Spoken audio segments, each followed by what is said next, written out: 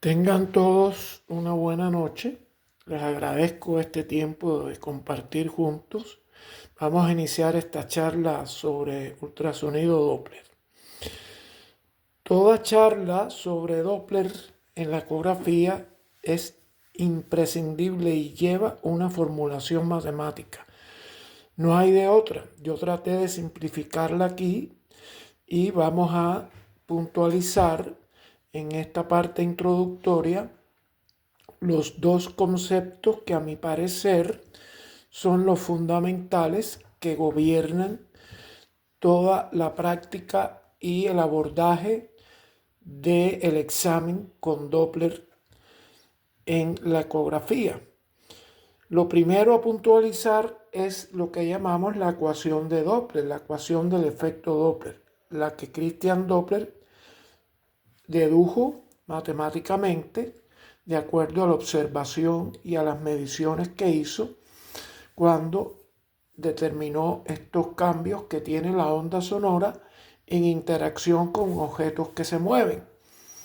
Y esta es la formulación que se aplica a los equipos de ultrasonido. ¿Qué tenemos aquí? La esencia del efecto Doppler es un cambio en la frecuencia.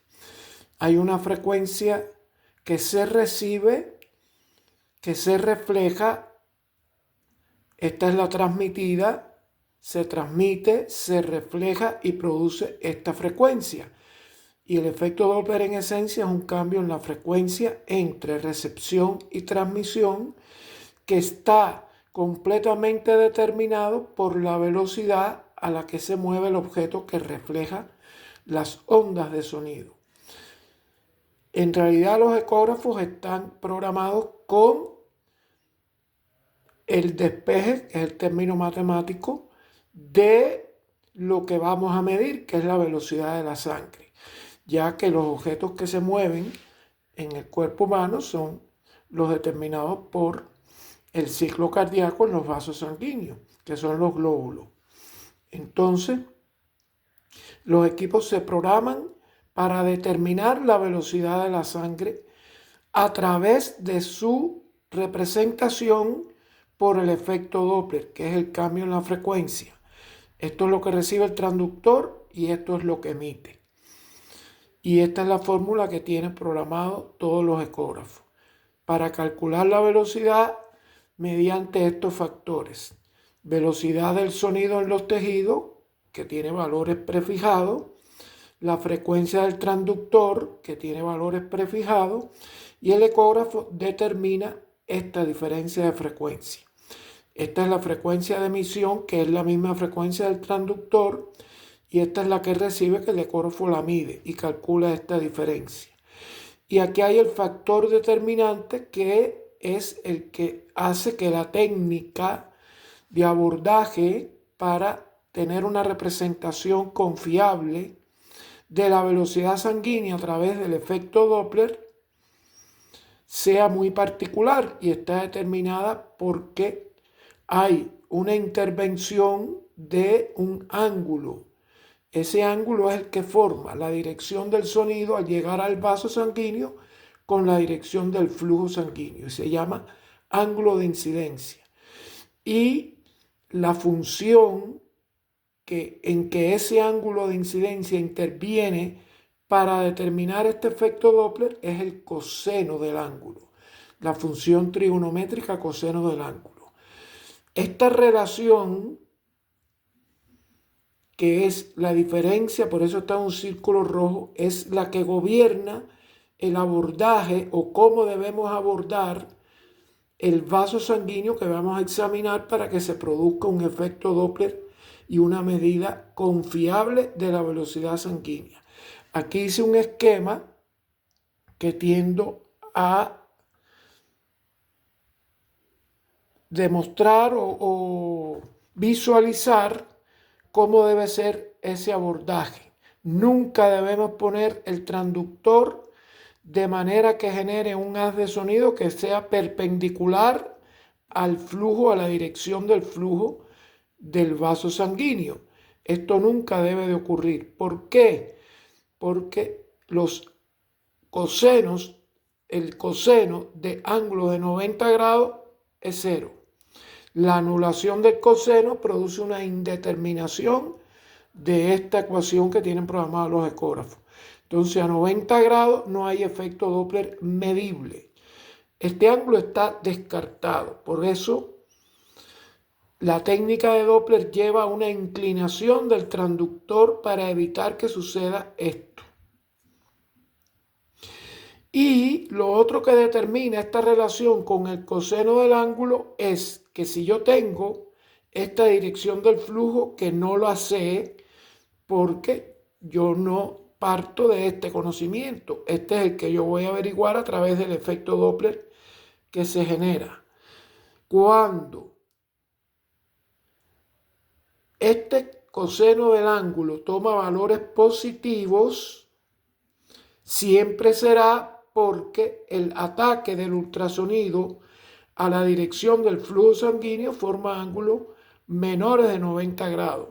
Cuando esto sucede, la diferencia de frecuencia, que es la frecuencia por efecto Doppler, es positiva, mayor que 0. Y son ángulos cuyo coseno es positivo, que son los menores de 90 grados o ángulos agudos. En la representación con el Doppler color, si la escala roja es la que está asignada a los valores positivos, es lo que determina una codificación en color rojo de la dirección del flujo. Por lo tanto, si la dirección, aquí el razonamiento entonces para yo poder determinar hacia dónde van los flujos es a la inversa, en el sentido que yo parto de esta información. Inmediatamente que yo activo el color, me va a aparecer o es en esta dirección con el color rojo o es con el color azul. Entonces, si es con el color rojo, es porque se formó un ángulo positivo entre la dirección del sonido y la dirección del flujo. Y eso hace que el coseno sea positivo y por lo tanto la representación del color es con los valores que están en la escala positiva, que están asignadas a la codificación en rojo. Si el ataque que yo hago o la inclinación que le doy al transductor lo que hace es formar un ángulo mayor de 90 grados, entonces yo voy a obtener una representación del flujo en el color de la escala negativa. Cuando yo vea una representación del flujo en el color de la escala negativa, entonces, que es el azul, es porque el ángulo de ataque entre la dirección del sonido y la dirección del flujo forma un ángulo mayor de 90 grados. Ese ángulo hace que el coseno sea negativo y a su vez provoca que la frecuencia que recibe el transductor es menor que la que transmite y por lo tanto el efecto Doppler toma un signo negativo. Entonces aquí lo importante a destacar es que nunca debemos de tener una colocación de un ángulo de 90 grados entre la dirección del sonido y la dirección del flujo. Podemos obtener representaciones en el color rojo escala positiva o en el color azul escala negativa. Y ahí es donde yo tengo que analizar y el ecógrafo me informa por qué vía va el haz de sonido. Esto lo informa el ecógrafo.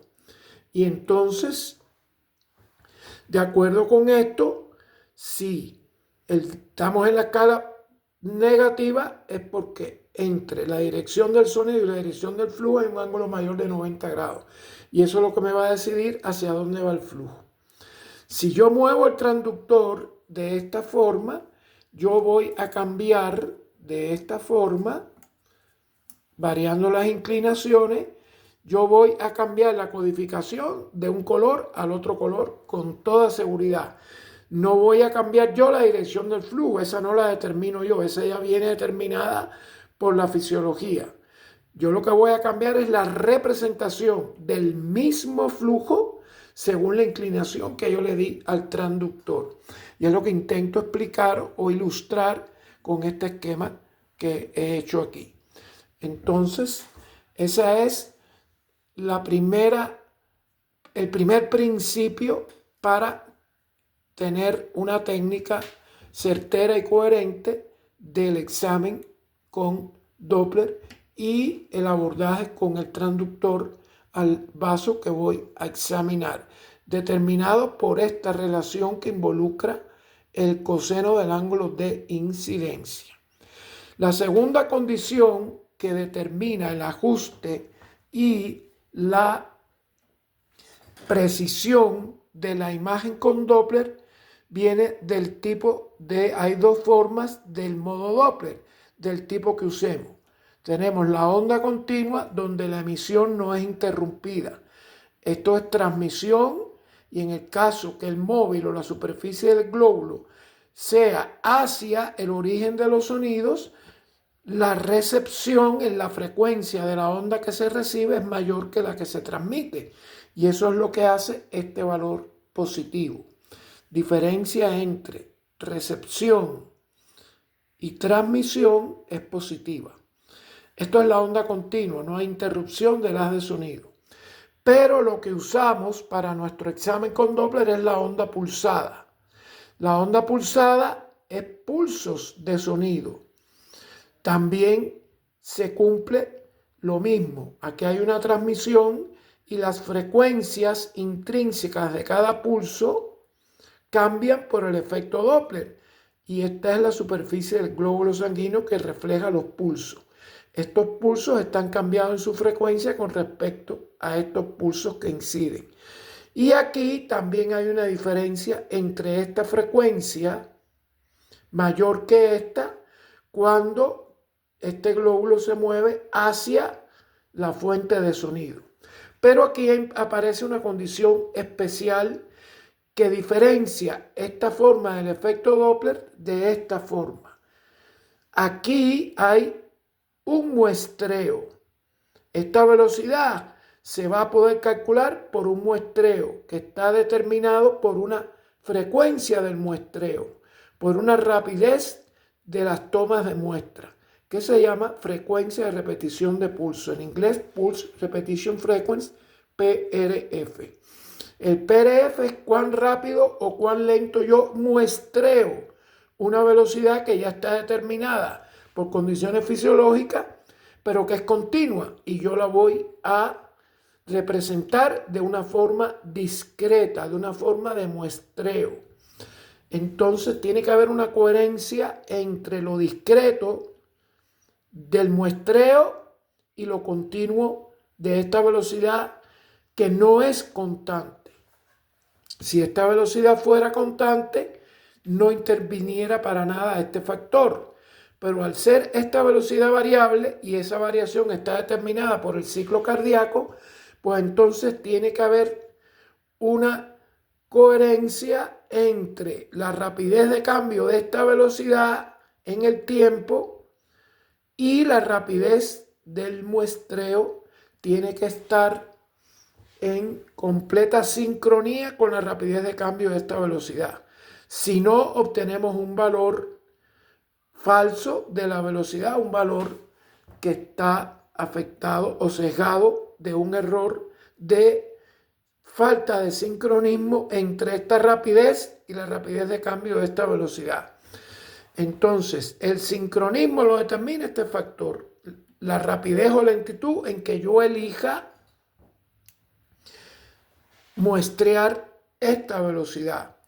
La velocidad está ya determinada por los factores fisiológicos y yo soy el que determino cuál es este valor para representar esta velocidad. ¿Qué efecto es el que me avisa a mí que no hay sincronismo entre este PRF y la velocidad, el cambio de la velocidad en el tiempo? El efecto que me avisa a mí de que no hay coherencia entre PRF y la velocidad que voy a medir es lo que se llama aliasing. Y ahí aparece lo que se conoce en matemática como el límite de Nyquist.